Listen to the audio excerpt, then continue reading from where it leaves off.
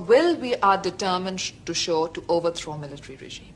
If we have the courage and we have the bravery, this military regime, it is like a house of cards. It has no roots, it has existed in a vacuum and a void, it is rotten to the core and it can collapse. But what is needed is the will to confront this military regime. What do you think of General Zia's stand on Afghanistan? General Zia's stand? Which stand? He keeps changing his stand. First he was all for militant confrontation, and the next thing we knew he was out for appeasement. We in the Pakistan People's Party would not have dealt with it in the manner that General Zia has. How would you have dealt with it? We asked for a political settlement in the first place, and we would have sought a political solution to this crisis because we could foresee that there could be no other solution but a political solution.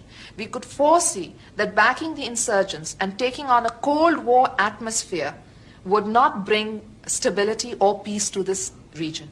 It would only heighten tension.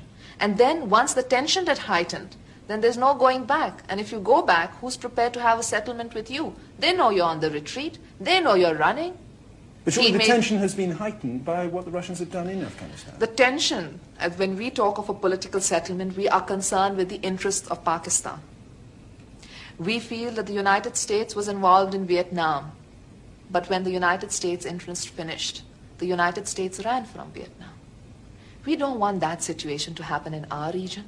Today it is of world interest. Tomorrow something else will happen. The attention of the world will go somewhere else. But we will have to live with Afghanistan because geography has brought us here, has put us next to each other. So we want good relations with Afghanistan. If Mr. Karmal is in power there, it is not our concern.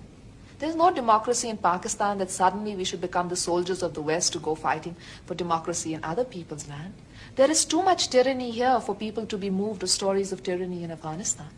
So what we wanted was a political settlement. We did not want Pakistan involved in a war of proxy for Western